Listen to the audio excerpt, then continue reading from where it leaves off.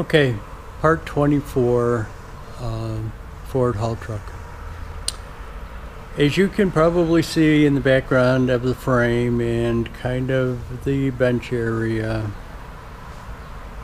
I don't have the motor and transmission back again yet. I called him this morning. Today is Wednesday the 8th.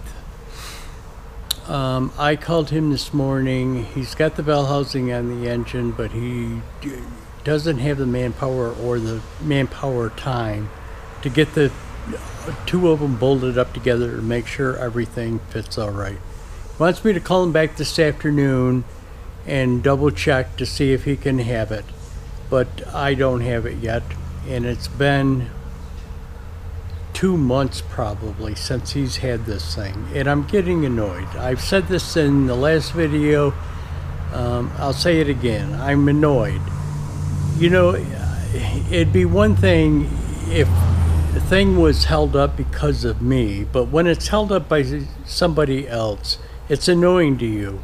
Now, I might get this engine and transmission back, and it could take me a month or two to get it fabricated all up and then set in the frame to where I want it and everything.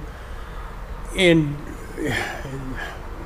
you know, that would be a couple of months work, just like he's had this thing for a couple of months. But it would be my work and me holding me up, which isn't as annoying as having somebody else hold you up. But anyways, I have been shooting some other stuff, and I'm going to throw together a video about the other things that I'm doing on the Ford haul truck. And hopefully by the next episode, I will have that motor and transmission back, and we'll be test fitting it into the truck. So here we go.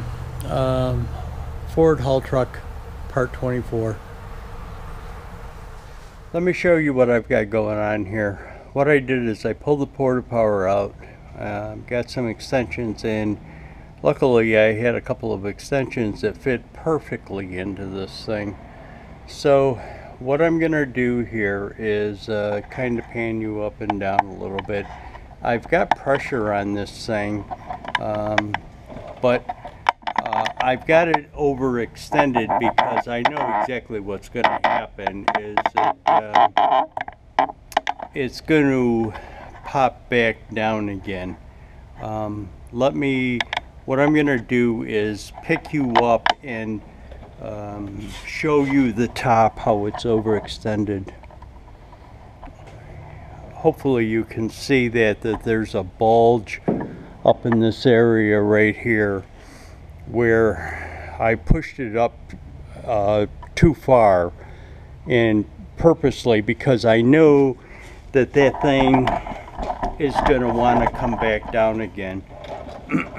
So I'm going to leave you on. I'm going to relieve the pressure off of the porta power and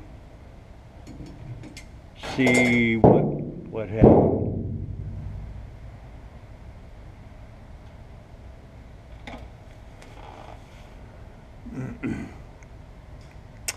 Now, if you noticed from my previous video when I was explaining about the cab, there is like a piece of insulation or something up in there. I actually tried to get a pick to pull that insulation out from behind that strut or stiffener support, and I couldn't get it. Let me just readjust the camera here. I've got you on a tripod, and the tripod is partly sitting in the truck, partly sitting on the floor, so.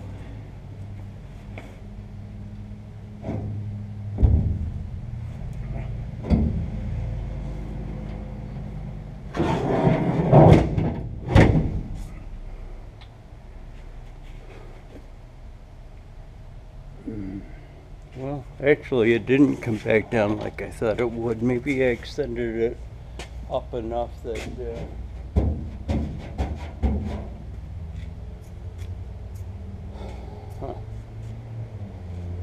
Cool. actually worked the first try.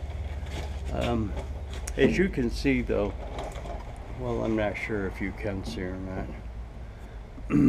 What I'll probably do is, no, let me just take you over there handheld. You can see in the back there, there's still a gap. So what I'm going to do, there's still a little gap in the front too. And you can probably see that insulation up in there. What I might do is take that porta power and go over in the back and try and push that up a little bit too. But I might, I think I'm actually just going to leave it for now and kind of work on these holes a little bit and take a good look at that roof line to make sure that we're still good. I'll bring you back. I didn't want to bring any water over here, bring the hose over and wash this off. So what I'm going to do is just kind of try and brush this off. I'm going to try and fix that hole over there, and I will take you over and show it to you beforehand. What I've got to do is get a dolly and a hammer and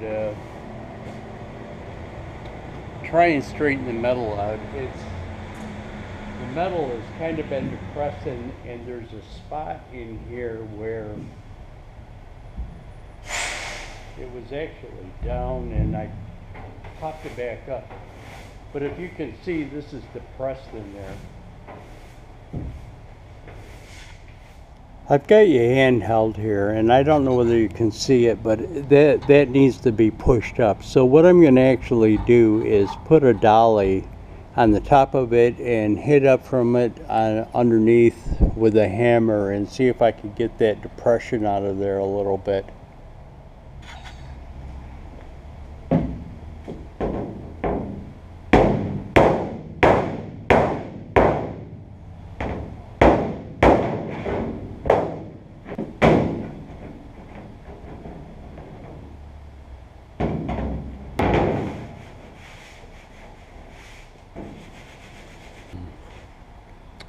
Why I keep talking about that cross support and whether it will stay in that position is, a long time ago I used to do some body work. Actually I used to do body work as a profession. I hated it. Well, I didn't hate it. I love body work, but I love painting basically, but I hated the fact that I was going to be stuck in the same building for every day for the rest of my life. I just couldn't deal with that. So I got out of it. But one of the things that I know is that when you get a dent in something, popping it back out, you've kind of got to relieve stress around it, or there's a very good possibility it could just pop back down again. So getting the dent out is one thing. Relieving stress points around the area so that it doesn't reconform to that is the key in keeping it that way. Seeing it, see what that does is it pops down. Now it could be popping down because there's a weak spot in there. And when I weld the metal into it,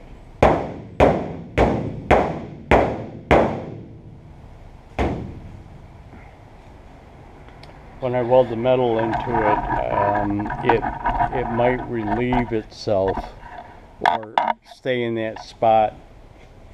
One of the things that I kind of move that camera to show you that is, you can actually, when I hit it on it, you can see it popping up and down. See, it just went down. Now it's back up. Now it's back down. I'm not going to bore you with this whole thing, so I'll keep bringing you back as I'm working on it. One of the things that I want to show you today, I don't even remember where I got these body tools. They're old school, and the handles are all dried out, so the head comes up. you can feel a lot with the palm of your hand. What there is, and you might not be able to see it, there's a dent right here, and you can feel it. You can't, it's hard to see because there's no shine to the paint. But as soon as that thing got painted, it would stick out like a sore thumb, but I can't get it with a hammer because there's a side strut inside of here that doesn't allow me to get it up with the hammer. What I've got to do is see if I can find a pry bar or a piece of wood to wedge into that cross support that's above the door, and maybe pop it out with a like a pry bar or something to get in there. Perils of not having the proper body tools. Well, I'm not going out and buying them either. We're over on the driver's side of the truck, and the same thing is right here, right there, but again it's over that door support, or that support, roof support that runs along the top of the door. Now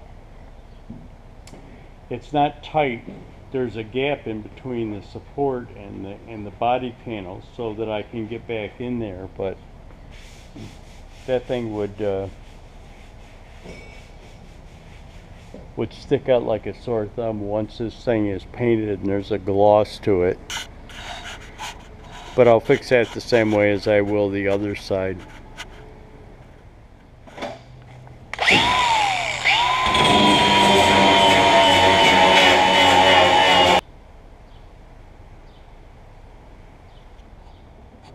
When you ran your hand over this hole, you kind of picked up on the hole.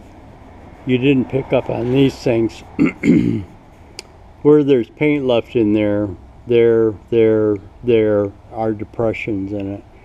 Now I'm not going to fix them because when I weld a piece of metal on the bottom of it, it's going to really warp it. So it'd be a moot point to do that right now. Just a brief shot of the haul truck.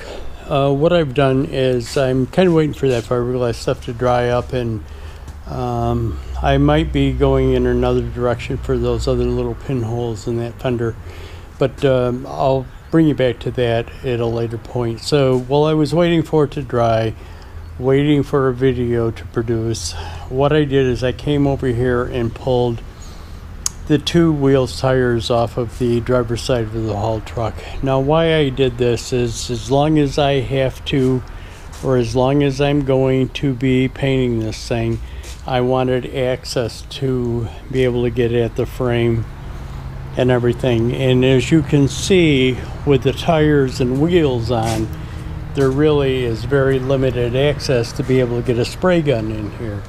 And I wanted to be able to do it unimpeded. So it's not a big deal to take these wheels and tires off.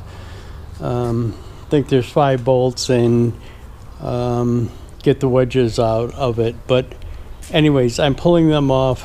I'll pull the other 2 off tomorrow, and then I can get back on doing some sanding and sanding preparation for painting the POR 15 on it. But I just wanted to bring you over and show you that. And just a shot of the other side with the wheels off. I put that tire out there because there was a lot of dirt in it. You can kind of see the trail going out to it. I think some of it was the sandblasting stuff apparently. But anyways, what I'm going to do first before I do anything is try and get this fixed. I'm going to try and get a see if I can get a clamp on that to clamp it down, get that thing apart. So what I did is I took that bolt that was in there out, and then I got that sleeve off of there. Now what that sleeve is a piece of 3/8 pipe, but because it's a 3/8 bolt that goes through there, what they did was split it, and I had a little trouble getting it out of there. I had to open that split up a little bit and pound it out, but I got it out. Now what I got to do is get a grade 8 bolt that'll fit through there. But first what I'm going to do is stick a bolt that I do have through there and just kind of straighten these things out a little bit.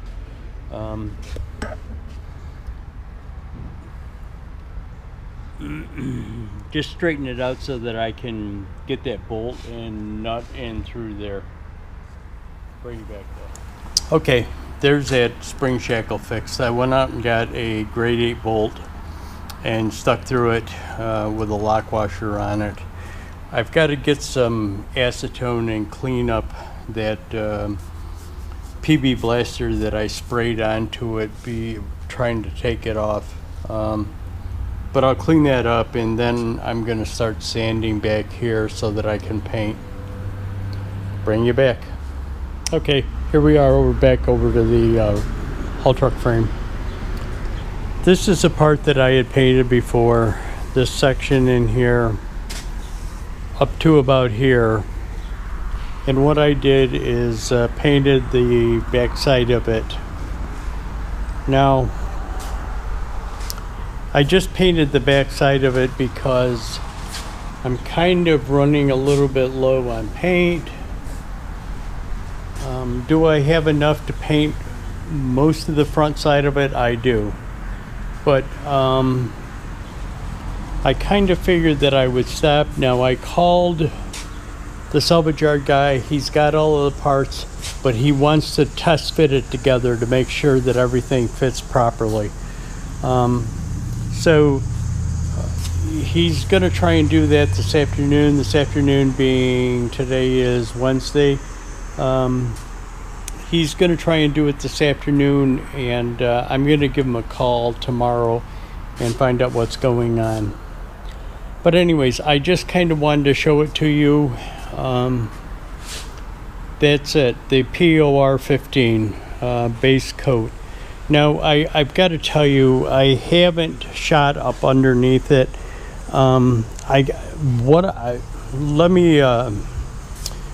Let me shut you off, and I'll bring you back and show you what I'm using to spray this with.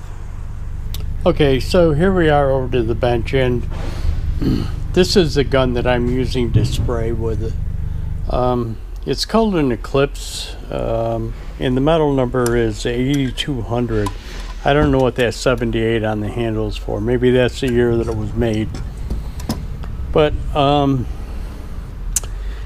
I picked this up. It was in a box of stuff at an auction, and it's great for, good enough for spraying that undercoating on the frame, that POR, and it will be good enough to spray primer onto the truck, because as you know, primer all gets sanded down anyway, so it'll be good enough for that. Now I'm going to have to get a better gun when I go to do finish coating. This gun is pre-nozzle sizing. There is no nozzle sizing on it. All guns, as you can see, this is a pickup type gun. Most of the guns nowadays are gravity feed, where they have a plastic cup on the top of it and they are gravity feed. This is a pickup type gun. I can still get some adjustment on fan, spray pattern, and volume of material coming out of it, but it never good enough for, definitely not good enough for clear coat. Will not be good enough for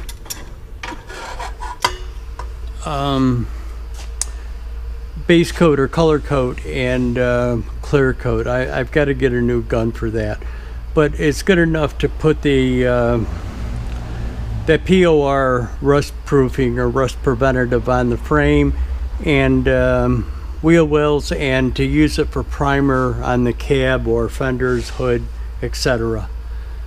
But I'll bring you back.